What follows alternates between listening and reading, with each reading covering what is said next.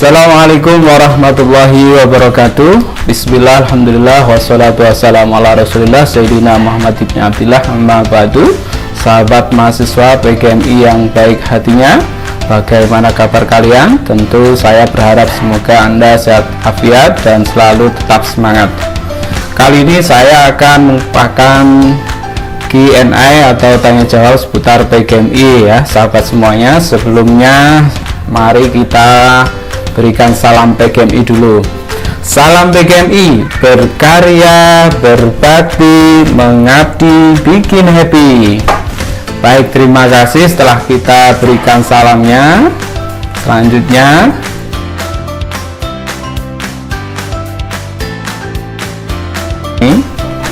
mahasiswa bimbingan saya ini terkait dengan apakah saya sudah berada di track yang benar dengan mengambil jurusan PGMI, Pak? Nah, ini pertanyaan yang bagus sekali. Menurut saya setiap jalan kita atau keputusan atau tindakan kita selagi tidak maksiat ya, kata Gus Bah, itu adalah suatu hal yang baik lah ya, itu sudah benar ya, selagi tidak maksiat itu sudah benar.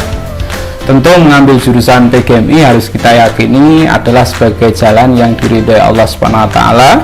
Dan kita harus yakin bahwa insya Allah mengambil jurusan PGMI bisa membawa berkah kesuksesan untuk kita semua. Karena dengan mengambil jurusan PGMI, insya Allah Anda akan menjadi guru MI di masa yang akan mendatang, juga bisa memberikan sumbangsih terhadap peningkatan pendidikan dasar yang bermutu, yang berpondasi pada nilai-nilai keislaman serta akhlakul karimah dalam mengembangkan ilmu pengetahuan di tingkat pendidikan dasar. Saat ini juga menurut saya bahwa MI sudah sejajar dengan SD dalam pandangan masyarakat ya. Hal itu terbukti dengan meningkatnya jumlah mahasiswa, jumlah siswa ya di MI, dan menurunkannya minat siswa bersekolah di SD. Tidak lagi bahasanya bahwa madrasah ibtidaiyah itu dipandang sebagai kelas 2 lah, itu tidak ada pandangan stigma semacam itu kalau sekarang ya. Alumni PGMI yang sekarang juga mendapat perlakuan yang sama, yang sejajar dalam penerimaan CPNS di kabupaten kota di Indonesia. Pertanyaan yang kedua, ini kuliah di PGMI sebenarnya bagaimana sih Pak? Ini kalau saya jelaskan, memang saya belum pernah jadi mahasiswa PGMI, tapi saya adalah bagian dari PGMI sebagai dosen PGMI ya, bahwa kuliah di PGMI itu ada banyak keuntungan dan keunggulan ya, karena selain mendapatkan ilmu, banyak pengalaman yang didapatkannya. Khusus terkait dengan ilmu yang didapat di PGMI, tentu mendapatkan ilmu umum ya, sekaligus mendapatkan ilmu pengetahuan yang ilmu agama lah ya. Artinya ada dua keuntungan, di samping Anda mendapat ilmu umum juga mendapat ilmu agama ya. Di PGMI juga perkuliahannya menurut saya menyenangkan dan mengasihkan, apalagi ketika mendapatkan mata kuliah praktik pengalaman lapangan. Anda nanti bisa turun terjun langsung praktik mengajar ya, menangani masalah belajar mengajar peserta didik, bisa membimbing, melatih, mengenal, bisa menjelaskan materi kepada mereka ya, bagaimana menggunakan sebuah media biar efektif ya. Nah, tentu dalam hal pengalaman itu ya pastinya teman-teman dalam perkuliahan sudah dibekali, sudah diberikan teorinya ya, sebagai calon guru MI yang diharapkan memiliki 4 kompetensi sebagai calon guru: kompetensi pedagogi, kompetensi kepribadian, sosial, dan profesional, serta kompetensi keterampilan dasar yang harus dimiliki seorang guru ya. Ini termasuk keterampilan dasar mengajar ya, juga keterampilan 4K yang dibutuhkan di masa sekarang atau di abad 21. Yang pertama K, kreatif, kemudian kritis dalam memecahkan masalah, kolaboratif, dan kerjasama itu harus dimiliki oleh mahasiswa di PGMI. Dengan kemampuan seperti itu, saya rasa maka Anda nanti bisa membuat suasana kelas yang nyaman, menyenangkan, sehingga dalam memberikan pembelajaran intinya siswa bisa terfasilitasi belajarnya, bisa meningkat kinerja belajarnya, dan hasil belajar jadi mudah dan menyenangkan. Kemudian ada pertanyaan, jadi mahasiswa PGMI itu gengsi nggak sih Pak?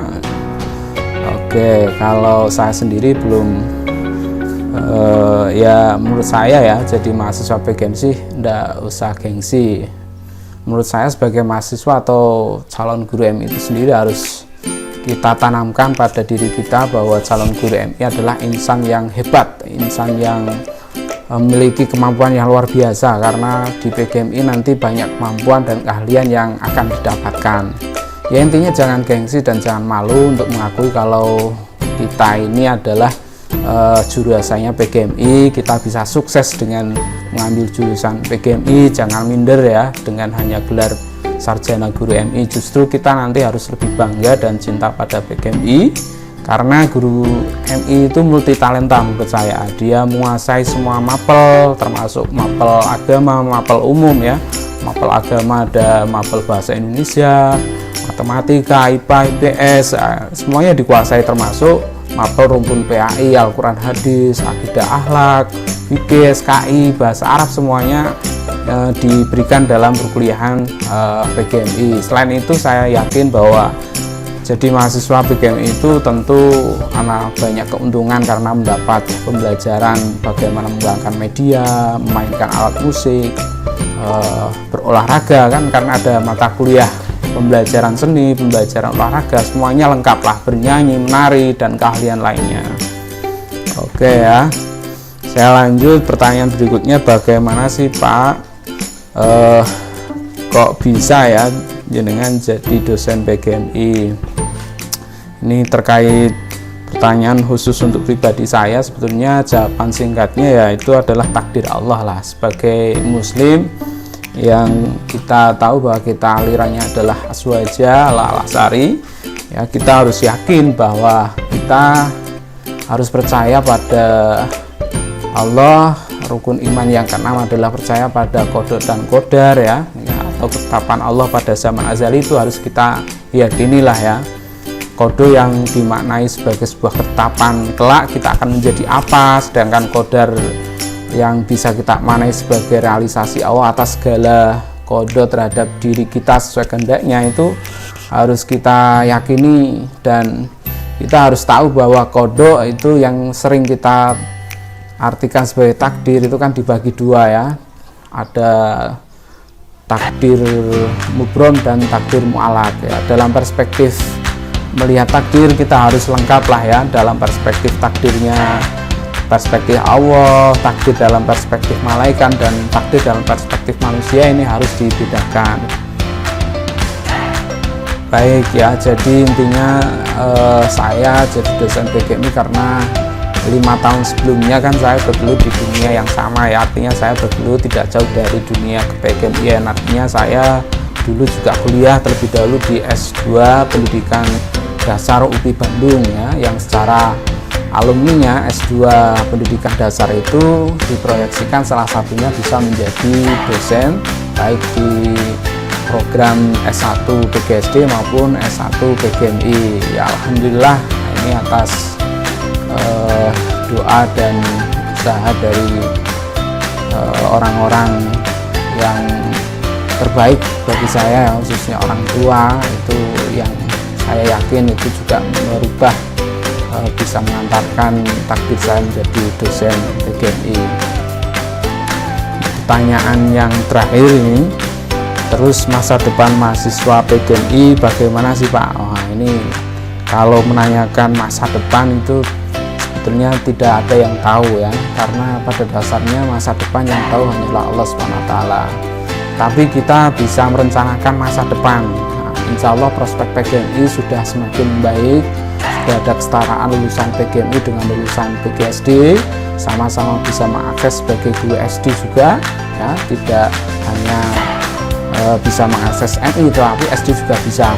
Jadi sesuai profil jurusan PGMI di IAIN Pekalongan, Anda nanti bisa diproyeksikan jadi guru MI ya, jadi asisten peneliti bidang penelitian MI SD atau pengembang media MSD, juga bisa menjadi pembina ekstrakurikuler di MISD ya. Intinya ya kita ingat makalah bahwa kehidupan Anda 5 tahun yang akan datang itu dibutuhkan dari langkah sekarang ya. Intinya 5 tahun yang akan datang itu akan ditentukan dari langkah kita sekarang. Jadi lakukan sekarang, terkadang nanti akan menjadi tidak pernah.